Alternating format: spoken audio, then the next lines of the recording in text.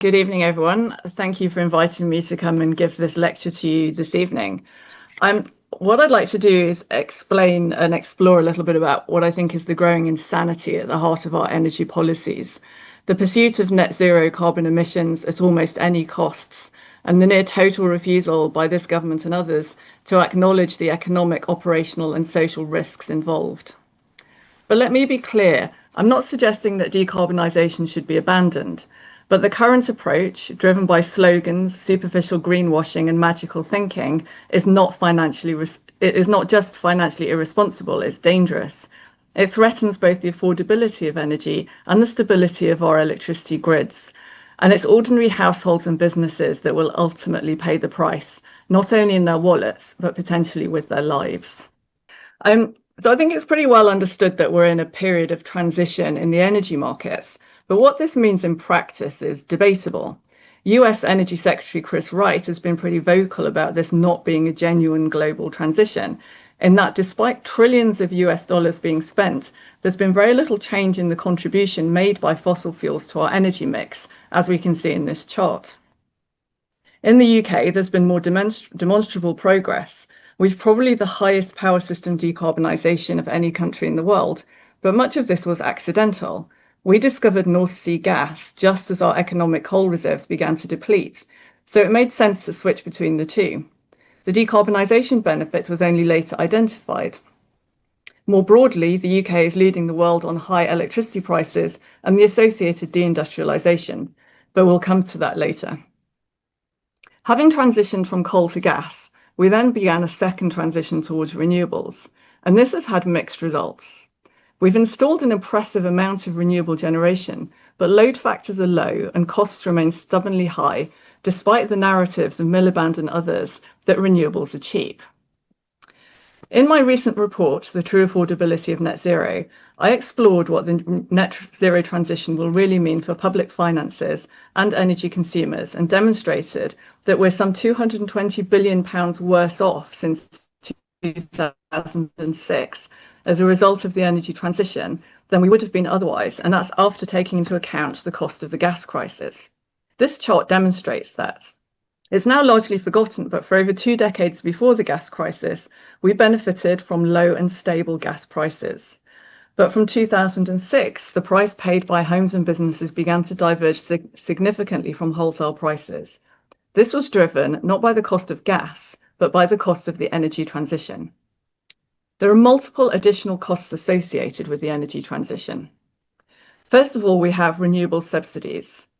We've been subsidising renewables in the UK since 1990 with the non-fossil fuel obligation.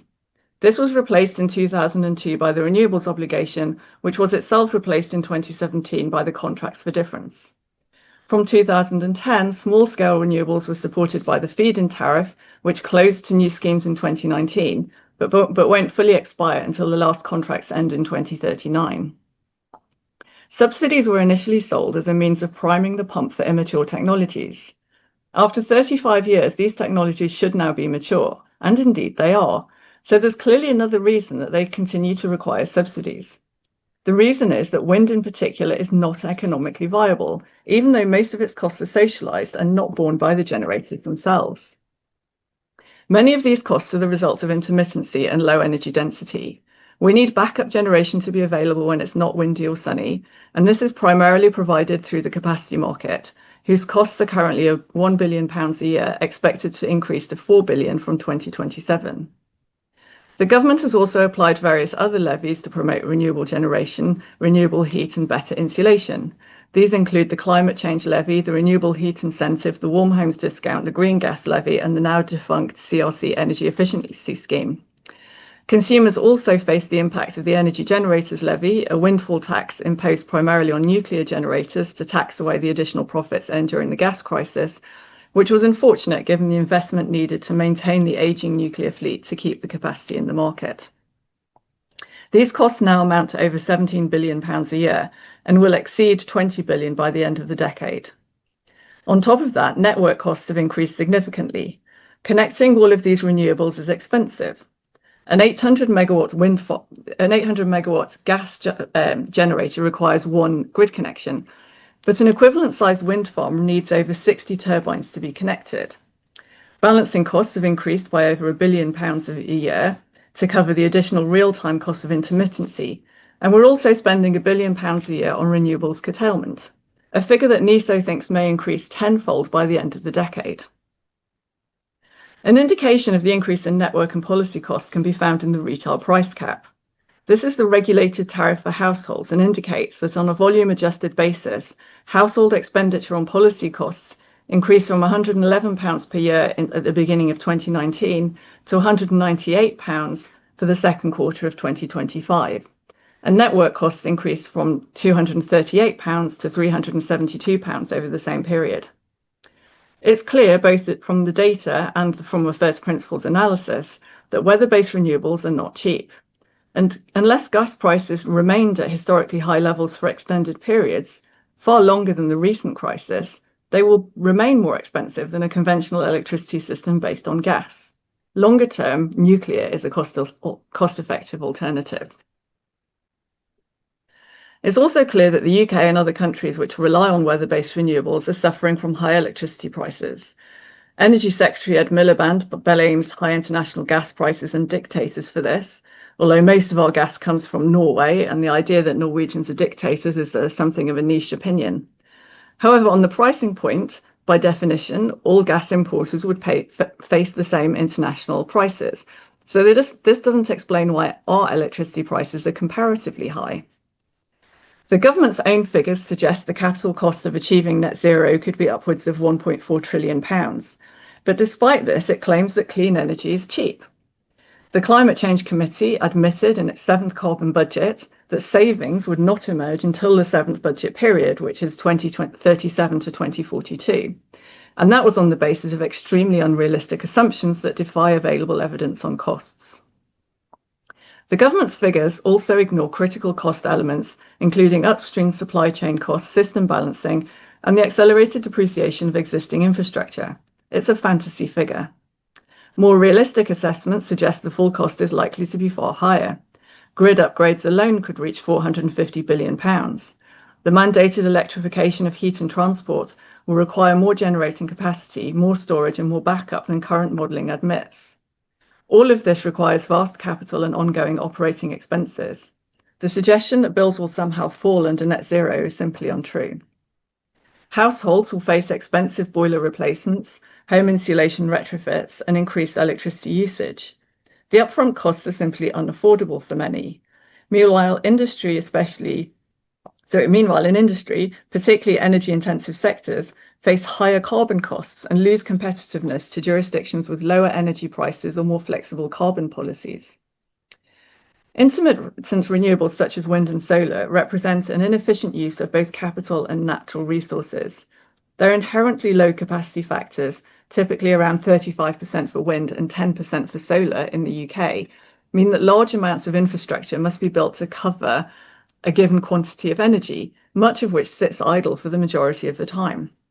This results in significant capital inefficiency, as investors and governments must fund vast quantities of underutilised assets, both renewables which do not work when it's not windy or sunny, for example at night, and backup which sits idle when renewables are producing. Moreover, these intermittent technologies require extensive use of materials, necessitating significant increase in mining of critical minerals such as lithium, cobalt, nickel, and rare earth elements, as well as more mundane metals such as copper and aluminium. The International Energy Agency notes that a typical electric car requires 6 times more mineral inputs than a conventional one, and an offshore wind plant requires 13 times more mineral resources per megawatt than a gas-fired power plant. These extraction processes carry environmental, geopolitical, and social costs, often borne by developing countries, and introduce long-term vulnerabilities into energy supply chains. In trying to solve one problem, we risk creating many more. The impact of high energy costs in the UK can be seen in industrial and domestic energy demand data. Despite long-term population growth, industrial demand has fallen consistently since the 1970s, and domestic demand grew until around 2005, but has since declined. Interestingly, demand grew faster than population during the 80s and 90s, despite schemes to improve insulation to reduce heat losses in homes. but more recent falls are likely to be driven by concerns over the cost of living. The reasons for the reduction between 2014 and 2016 are not well understood. The move to LED lighting is likely to have had some impact, as well as improved efficiency of white goods and other household appliances. However, electricity demand for home electronics and computers was up 17% and 45% respectively between 2004 and 2012. More significant from an overall domestic energy consumption standpoint is likely to be the increasing switch to more efficient condensing boilers during this period. Industrial output in the UK has declined significantly in the past decade, falling 14% per capita on a per capita basis. There's been a corresponding decline in industrial energy demand, reflecting the impact of deindustrialization.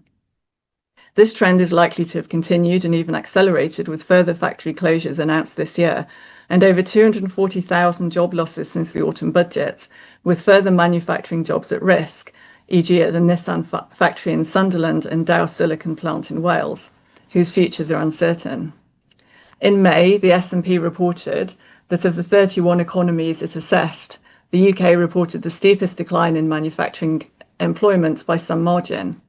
The reduction in UK factory headcounts was less steep than in the recent drop seen in February, but was the second sharpest recorded since the initial wave of COVID in early 2020. Global chemical producer INEOS warns that European chemical industry is becoming extinct as government policies have resulted in enormously high energy prices and crippling carbon tax bills. The company said that the gas costs at its Cologne plant are £100 million higher than its US equivalent, while its electricity bill is £40 million higher than in the US.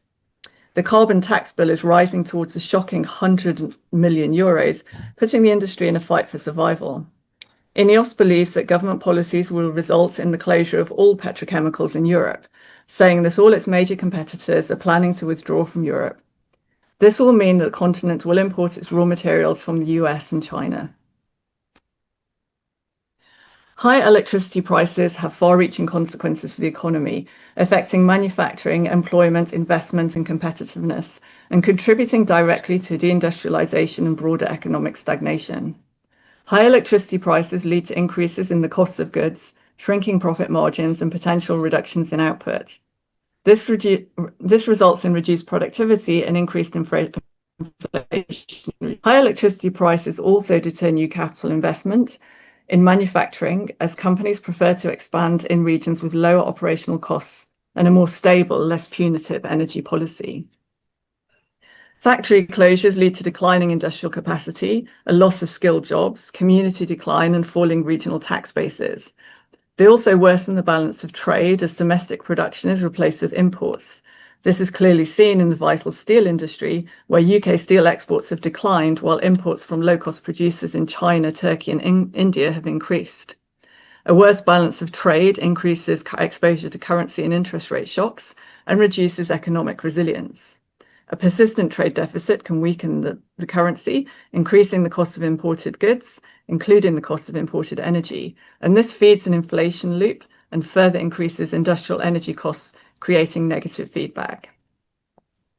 Yet the government's industrial strategy published this week continues to push the fiction that accelerating to net zero will lower costs. It clings to this narrative while ignoring the evidence of growing grid costs, increasing reliance on balancing mechanisms, and surging public subsidies. While the Treasury remains silent on the fiscal sustainability of net zero, largely because most of the costs are recovered through stealth taxes on energy bills rather than official taxes, which attract scrutiny from the Institute for Fiscal Studies, the Office for Budget Responsibility, and others. So I'd now like to turn to system stability risks. There's a tendency for people to assume that intermittency created by renewable generation can be managed with a little bit of tweaking around the edges. Some batteries, some interconnectors, a bit of demand-side response, and potentially hydrogen as a storage vector. But while this may work in short timescales of a few hours, it works much less well over longer periods. And those long periods are by no means rare. If we think about those cold, clear, and above all still winter days, wind generation is almost zero. And since the sun sets before the evening peak, the contribution from solar is extremely limited. In fact, this type of weather is so common and its impact on electricity systems with large amounts of renewable generation is so significant that the Germans have invented a word for it, Dunkelflaute, which combines the words Dunkelheit, meaning darkness, and Windflaute, meaning little wind, to describe heavy overcast skies and weak wind conditions. But it's now applied more broadly to mean any period of low renewables generation. In recent winters, we've had as many as 12 consecutive days when both solar and wind output have been negligible. A classic winter anticyclonic or high pressure weather system. Currently available batteries have a duration of between 1 and 4 hours, with the average being 2. 12 days contain just over 17,000 hours, but batteries could only cover about 10 minutes of missing wind capacity. Doubling or even trebling the amount of installed wind and solar would make no difference to this. 2 or 3 times 0 is still 0. And while people talk about maybe as much as 40 gigawatts of storage being available once everyone has an electric car, this still only covers about 6.5 hours of missing wind. On the 22nd of January this year, we had just 82 megawatts of wind on the grid at the lowest point. Yet 2 days later, Storm Eowyn saw wind output of 16 gigawatts. But then the problem was too much wind, as there was an 8 gigawatt cutoff risk. When wind speeds go above 45 miles an hour, wind turbines automatically shut off to prevent damage. And this happens instantaneously. During the day when this occurred, demand was about 35 gigawatts, so generation equivalent to a quarter of demand could be instantaneously lost at any time. NESO, our system operator, managed this through a combination of anticipatory curtailment, instructing some wind farms to shut off to reduce the risk, and running gas turbines in spinning reserve. That's a very expensive way of managing the system, because when wind farms are curtailed, they receive payments to compensate for the loss of subsidy income. And when gas turbines run in spinning reserve, they burn almost as much gas as when they generate electricity. On the 8th of January this year, the GB system narrowly avoided a major blackout. An unexpected surge in demand and lower than expected wind collided with limited dispatchable capacity. NESO issued market warnings, but later claimed there had been plenty of spare capacity. This was not the case. A substantial part of its claimed reserves were double counted or could not have been ramped up in time to cover peak demand. The system survived, barely, but it raised serious questions. Why was capacity so tight on a mild January evening? Why did so many assets underperform? And why is NESO pursuing policies that will make such events more likely by reducing the minimum system inertia? There are essentially two ways in which renewables threaten energy security: lack of energy when wind and sun are absent, or real-time variability leading to frequency excursions grid equipment is unable to cope with. To understand these more, I'm going to recap some electricity system basics. So conventional electricity grids run on alternating current, where current and voltage vary in time in a sine wave pattern. The shape of the wave derives from the way electricity is generated. Essentially, electricity is generated when one magnet rotates inside the magnetic field of another. The speed of the rotation determines the speed with which the current and voltage vary over time. Conventional fossil fuel generators rotate in synchronicity at 3,000 revolutions per minute here in Europe to produce electricity which varies at 50 hertz, that is 50 cycles per second. If supply and demand go out of balance, the frequency will change. If the demand exceeds the supply, the frequency will fall. And if supply exceeds demand, system frequency will rise. And this frequency measure is very important. Electrical equipment is highly sensitive to changes in this measure and will often contain protection measures that will disconnect it from the grid should frequency move outside expected ranges. This includes generators, substations, and other grid equipment. Demand, therefore, so if this happens, we risk a cascading grid failure where all generation will potentially self-disconnect. And that's essentially what happened in Spain, and I will come back onto that a little bit later. So why do renewables represent blackout risks? The first risk is obvious. Intermittency means there may be periods when there simply isn't enough generation to meet demand. And then you might require something known as demand control or planned blackouts. We can see the consequences of worries over this in the recent extensions of biomass subsidies in Britain. These were extremely controversial, and most people believed they wouldn't be extended. But after the near miss on the 8th of January, there was a rethink, and both the biomass subsidies were extended, and we're likely to see further extensions to the lives of our legacy advanced gas-cooled nuclear reactors. And as I mentioned, the second risk relates to frequency.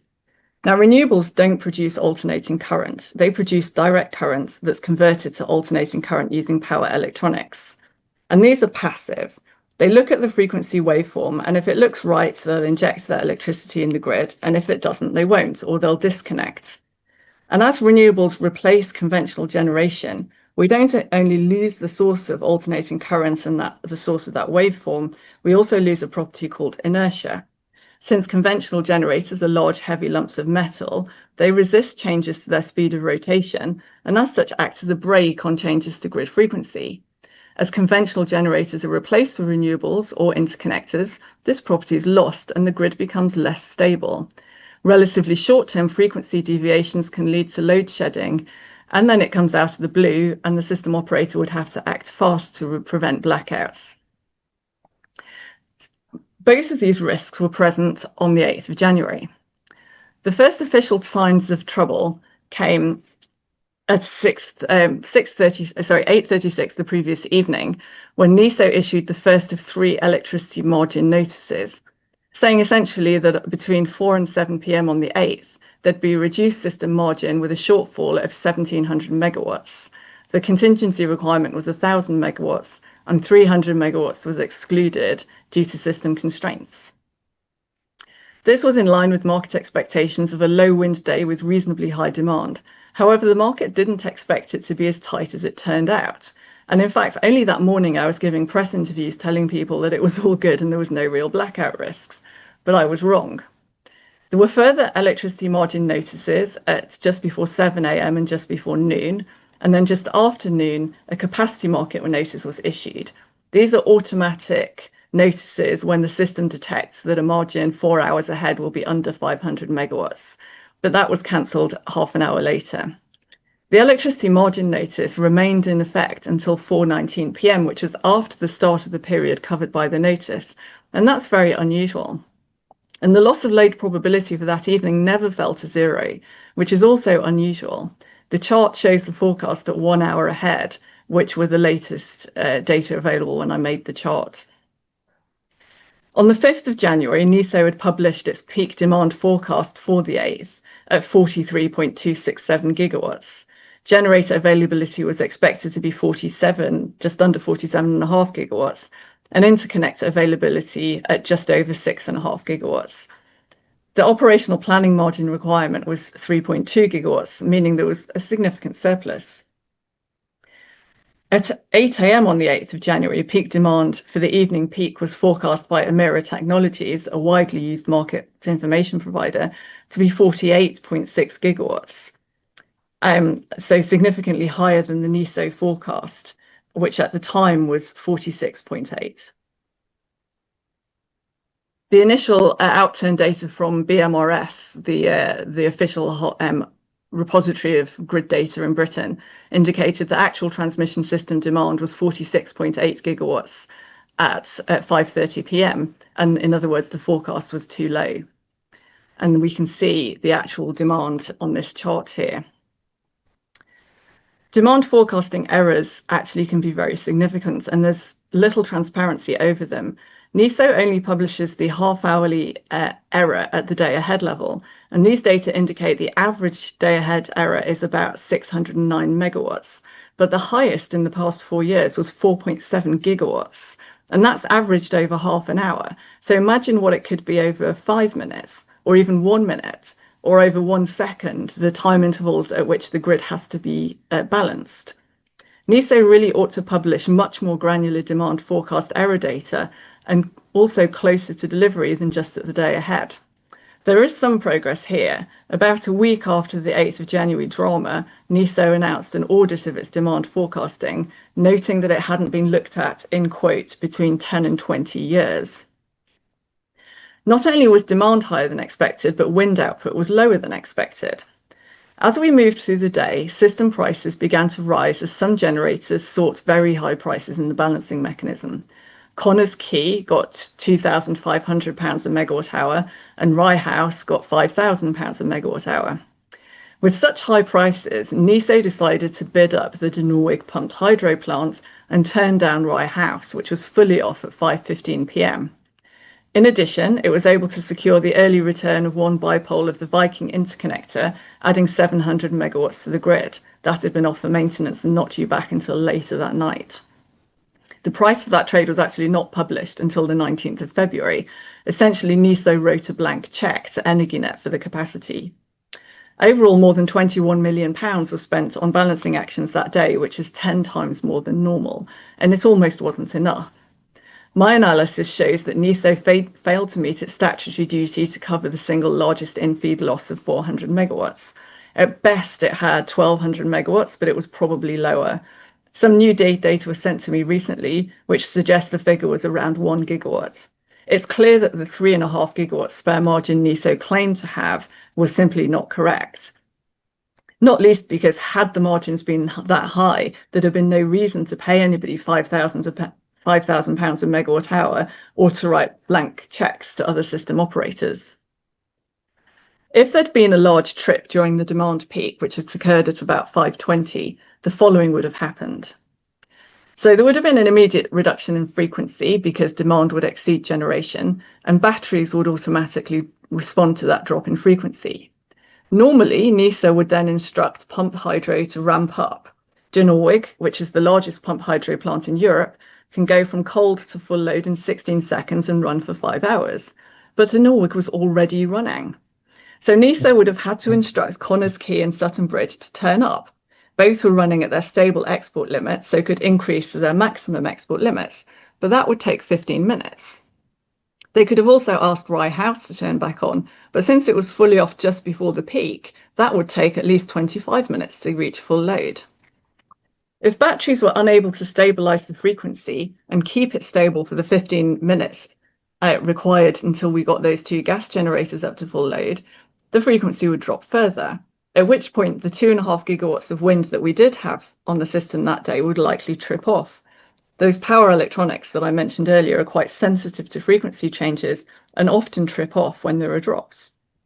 At this point, the control room would have been faced with the need to implement demand control. The question is, could the staff act fast enough and choose the correct actions before frequency fell to levels that caused other equipment to trip off, and at which point a cascading grid failure would be inevitable? And in fact, that's what happened in Iberia. The Iberian system operator recognized that there was a problem with frequency, tried to instruct support for that frequency, and just wasn't able to get it running in time to prevent the blackout. As it happened on the 8th of January, there wasn't a trip during the evening peak, and NISO was able to dismiss the whole thing as a non-event. The lights stayed on, nothing to see here, but it was much too close. And subsequent events such as the demand audit and the renewal of the biomass subsidies speak to concerns over system security. So moving on to what happened in Iberia at the end of April. Spain and Portugal suffered a full blackout.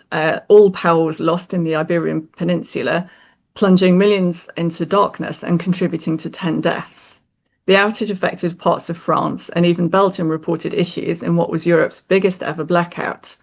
A week later, another blackout hit Spain's Canary Islands. Ironically, 2 weeks previously, Spain's system operator, Red Eléctrica de España, had boasted that it had generated 100% of its electricity with wind, solar, and hydro for a few minutes.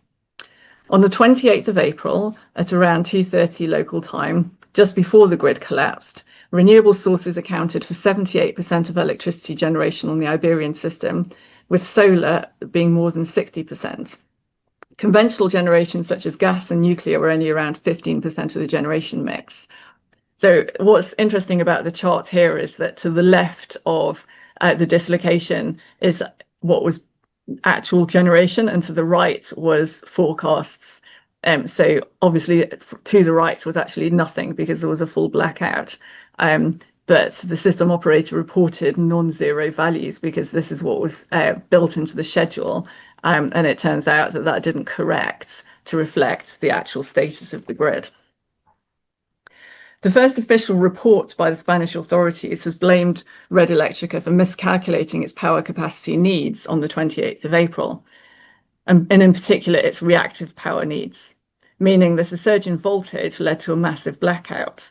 REE didn't have enough thermal power stations switched on during peak hours. The report described the chronology of the outage as follows. So they defined a phase 0 of voltage instability and said that in the days prior to the incident, there were voltage oscillations, and on the morning of the 28th, voltage varied more intensely than normal. In phase 1, which was between midday and 12:30, they saw some atypical oscillations of around 0.6 hertz. And then they saw a large voltage fluctuation that lasted over almost 5 minutes. That oscillation forced the system operator to apply measures to cushion it, such as increasing grid meshing or reducing the flow of interconnection with France. But those actions, all of those actions dampened the oscillation, but they had the side effect of increasing voltage. Just after 12:15, the same oscillation was recorded again, this time smaller. And a further 3 minutes later, there was another oscillation at 0.2 hertz. And again, the system operator tried to take measures to cushion it, which had the impact of increasing voltage. The chart shows the amplitude of the oscillations detected in the system at the two frequencies. 0.2 hertz is in red and 0.6 is in green. And the various peaks show the times when the oscillations increased in amplitude. The 0.2 oscillations at 5:49 and 8:52 are very low amplitude and have almost imperceptible effects. But at 10:30, the oscillation was bigger and caused a small voltage oscillation up to 4 kilovolts peak-to-peak amplitude at some nodes on the grid.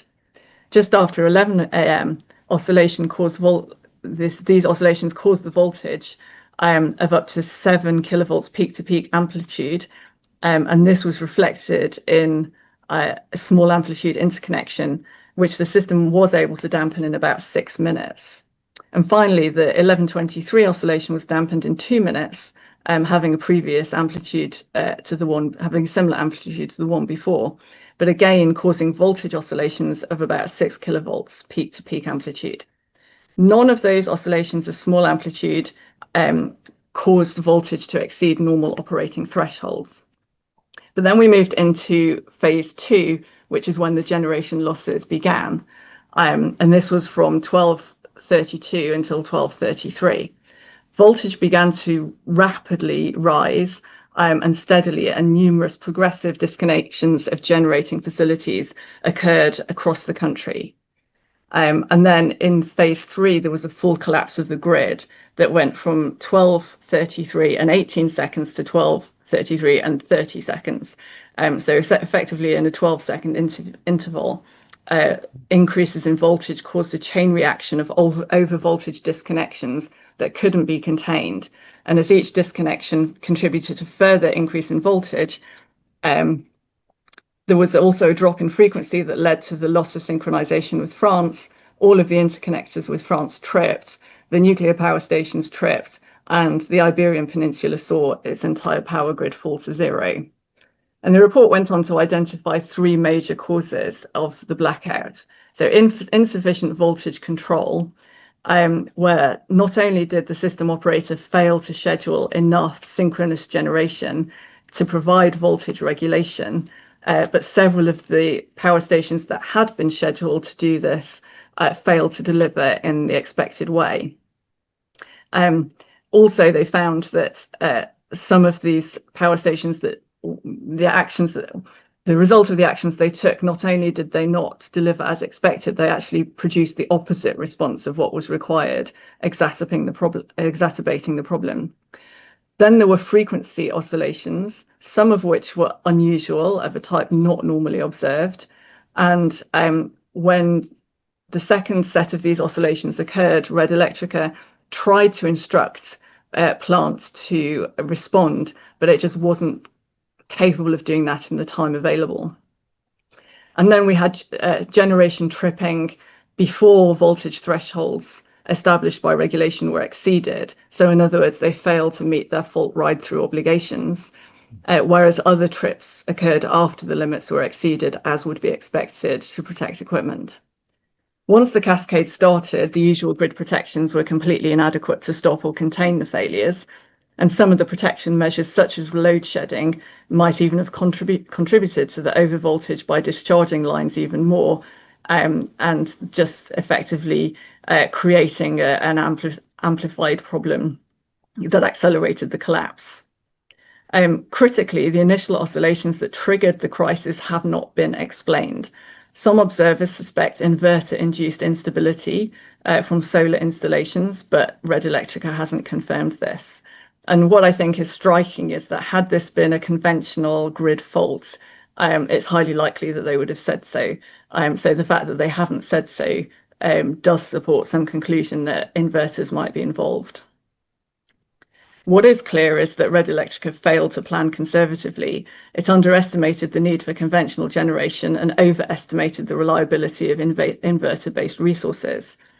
The blackout wasn't a bolt from the blue. It was a result of the systemic misjudgments made worse by ideological overconfidence in renewable-only operation. And several people have commented since that other grids in Europe have operated with lower inertia and not seen blackouts. But this is a little bit like saying, well, you didn't crash your car in the last few years, so you can dispense with insurance. The question isn't, can you operate your power grid with low inertia? It's, can you ride through a fault with low inertia? And what we discovered in Spain on the 28th of April is that no, you can't. So we also had a very interesting day in Britain on the 29th of May, which has attracted a lot less attention. On that day, the GB power market suffered an entirely different but related crisis. We had extremely high wind output combined with forecasting errors, which created a very volatile and chaotic balancing environment. NESO was actually forced to issue almost 25,000 balancing instructions, ramping some gas plants up and down in response to changing interconnector flows and grid constraints. So the first thing we had was very poor wind forecasts.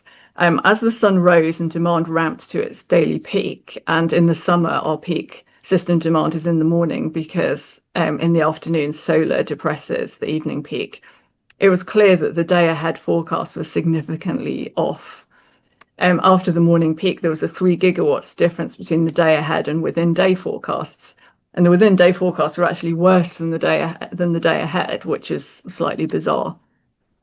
The actual wind output before curtailment fell significantly below both the day ahead and within day forecasts, with an error of up to 3 gigawatts against the day ahead and even more against the within day. The actual difference between curtailed wind output and the forecasts was between 4 and 5 gigawatts. And this is likely because a lot of exports were booked as a result of the anticipated high wind, and then they couldn't be delivered due to grid constraints. The within day forecast did adjust sharply after 10 o'clock, but it still lagged behind actuals, highlighting the limitations of the forecasting tools available. And the level of discrepancy was 17% of actual demand, which is incredibly difficult for the control room to manage. And that would normally trigger substantial redispatching with wind curtailment, changes in gas output, and changes to interconnect flows. So this is what our day ahead prices were looking like for that day. We did actually see prices falling close to zero in the middle of the day. And as a result of these pricing dynamics, we had a lot of interconnector flows expected. Not all our interconnectors can retrade within day, but some can. So we saw quite a lot of changes of direction on the interconnectors, which is actually very difficult for the system operator to manage. NESO itself made 5 interconnector auctions up to 2 p.m. And I mostly just analysed the first 14 hours because it took me probably 16 or 17 hours just to analyse those 14 hours of data. So I wasn't really that interested in doing it for the whole day. And what we saw was that those exports in those 5 auctions were all for negative prices. So Britain was exporting electricity and incurred a cost of £54,000 for just under 4 gigawatts of sales. So basically paying France and Belgium and so on to take away our excess power, which is indicative of significant oversupply conditions. But we also saw some really strange behaviours on the interconnectors. So Britain has a single pricing area for the whole country, and so is France. And we have currently 3 interconnectors with France. ElecLink has been out on a long-term outage, so that wasn't available that day. But then we had the original IFA link, IFA 1, and the second IFA link, IFA 2. And there were times when we were importing over IFA 2, but exporting over IFA 1.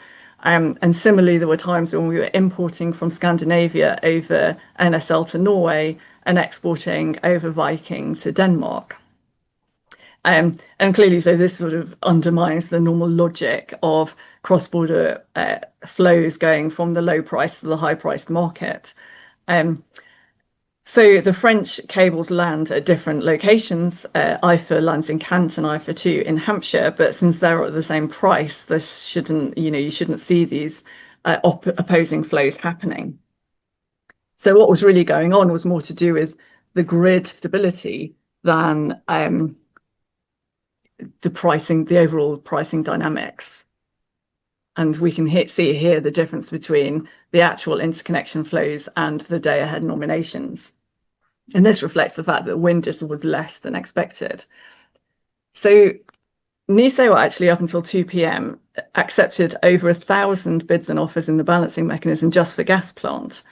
And that activity was heavily shaped by a mixture of volatile wind forecasts, these changing interconnector behaviours, and the resulting balancing stress, particularly managing locational constraints and overall inertia. In the south of England, Marchwood, a gas power station that's near Southampton, was strongly ramped up in the morning and bid down in the afternoon before being called up again later, in a pattern that pretty much coincided with shifts in wind output and changes in IFA flows. Further to the east, grain saw periods of ramp up consistent with patterns of trying to support the southeast corner of the grid, when Viking and IFA 1 flows were shifting rapidly. But in the Midlands, gas power stations such as Staythorpe, West Burton and Keadby were largely bid down, which is consistent with high local wind generation and solar and lower demand than expectations. But in Wales and the Northwest, Deeside and Roxavage were bid up more consistently, and Deeside in particular because it straddles both the North Wales and Northwest balancing zones, which is a region that's really known to have lots of transmission bottlenecks. And in Scotland, gas power stations were mostly inactive because of the high wind output in that region. So, as I mentioned, NESO actually executed about 25,000 balancing instructions across the day as a whole, but it did that using software written in the 1980s, a literal relic of privatization. This software is subject to increasing outages, particularly the part that connects the NESO control room with power station control rooms. When that software fails, NESO has to revert to telephone instructions. 25,000 balancing actions in one day is 17 per minute, which is not something you can reasonably do by phone. So again, this event demonstrates that high renewables penetration without sufficient dispatchable backup generation and robust forecasting tools, together with aging infrastructure, leads to operational instability and financial inefficiency. And it's a direct consequence of policies that over-prioritize carbon metrics and under-prioritize system operability. So what makes all of this maddening is the refusal of policymakers to confront the facts. The cost of net zero is vastly higher than claimed. The benefits are delayed, uncertain, and likely outweighed by the risks. And the operational challenges of running a grid dominated by weather-dependent sources are profound.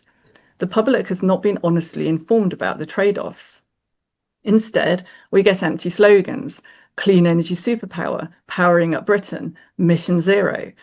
But when these slogans meet reality, failed projects, broken forecasts, collapsing margins, they offer no guidance or plan.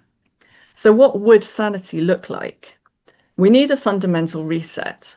We need a proper cost-benefit analysis of net zero, including system costs and not just headline capital costs. We need honest engagement with the public about what changes are feasible and affordable.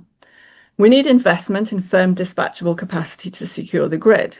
We need to invest in our legacy grid infrastructure. A third of our transformers in GB date back to the 1970s, as does 30% of our switchgear and half of our power cables. There needs to be a much greater focus on nuclear power as a route to decarbonisation. And there has to be a shift from speed to resilience. It's better to go slower and succeed than go fast and fail. And above all, we need to abandon the magical thinking that net zero will be fast, cheap, and painless. It won't. It can be achieved if approached with realism, pragmatism, and an unwavering commitment to system security. But net zero is not just expensive in the way that we're progressing it now, it's also regressive. It's not just inflationary, it's dangerous when it's pursued recklessly.